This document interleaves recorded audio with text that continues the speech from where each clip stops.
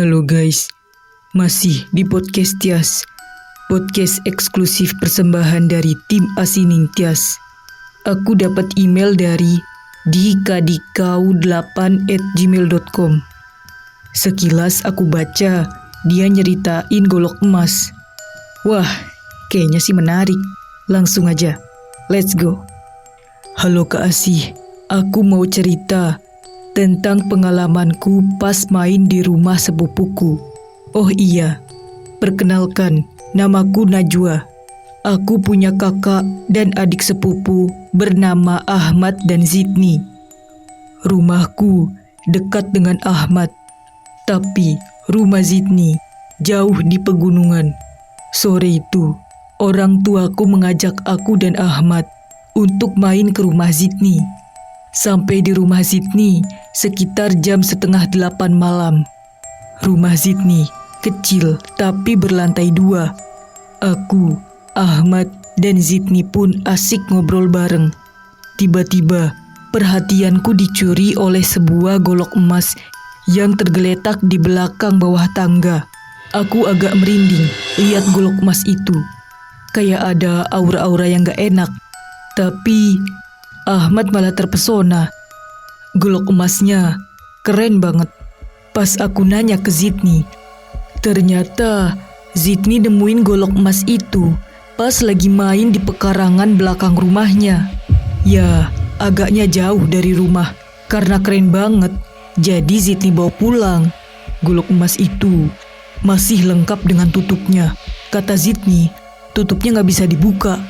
Zidni masih penasaran banget, kenapa tutup goloknya gak bisa dibuka.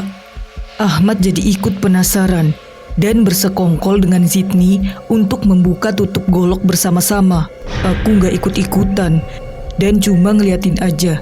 Dicoba sampai beberapa kali pun tetap gak bisa kebuka.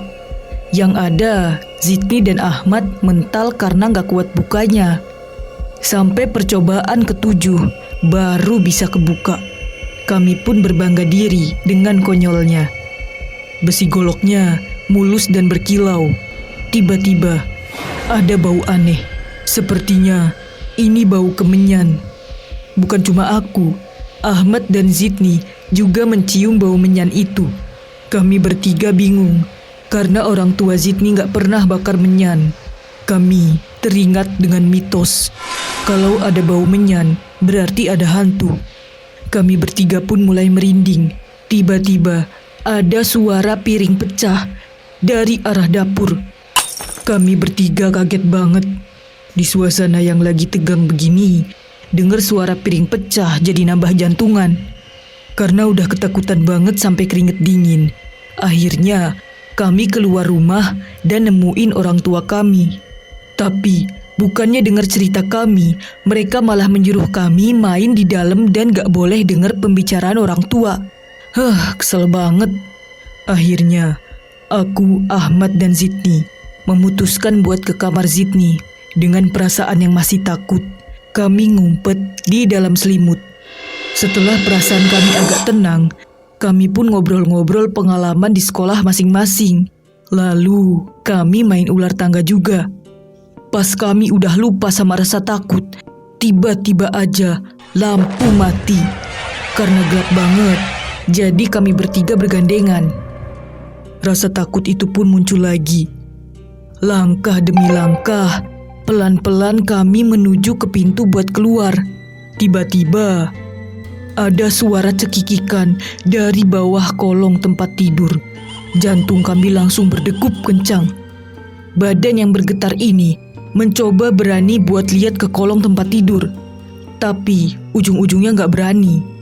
Akhirnya yang lihat ke kolong tempat tidur adalah Zidni. Dan Dor! Gak ada apa-apa di sana. Zidni bernafas lega dan berkata kalau di kolong gak ada apa-apa. Tiba-tiba dari kolong tempat tidur keluar tangan yang megangin tangan Zidni. Kami bertiga benar-benar syok. Zidni jatuh dan hampir diseret masuk ke dalam kolong. Aku dan Ahmad menarik Zidni biar gak keseret masuk. Hingga akhirnya tangan itu melepas genggamannya. Kami bertiga langsung lari terbirit-birit. Sayangnya, langkah kami berhenti di depan pintu kamar.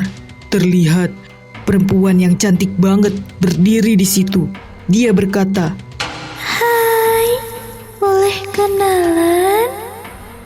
karena rupanya yang cantik banget, itu bikin Ahmad jadi terpesona dan ngebolehin. Aku dan Zidni melarangnya. Aku pun bingung, kenapa perempuan ini bisa masuk rumah Zidni dan naik ke lantai 2. Bukannya itu nggak sopan. Zidni juga bilang kalau dia nggak pernah lihat perempuan itu di sekitar desa sini.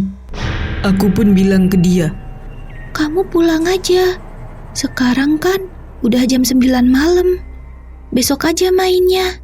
seketika perempuan itu berekspresi sedih dan nunduk dalam-dalam. Kami bertiga pun cemas.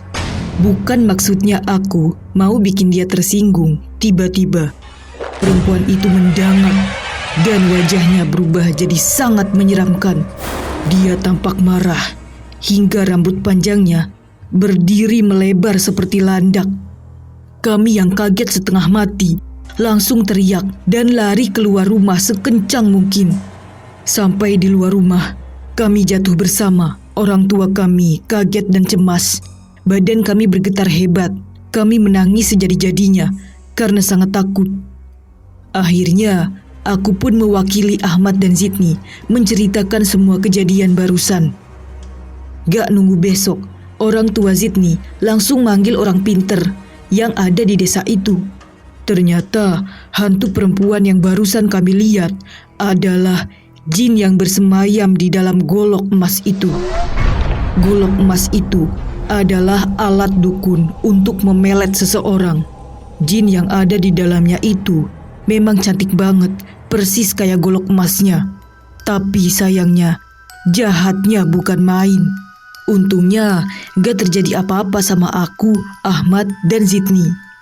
Golok emas itu pun dibuang ke jurang yang paling dalam di pegunungan situ.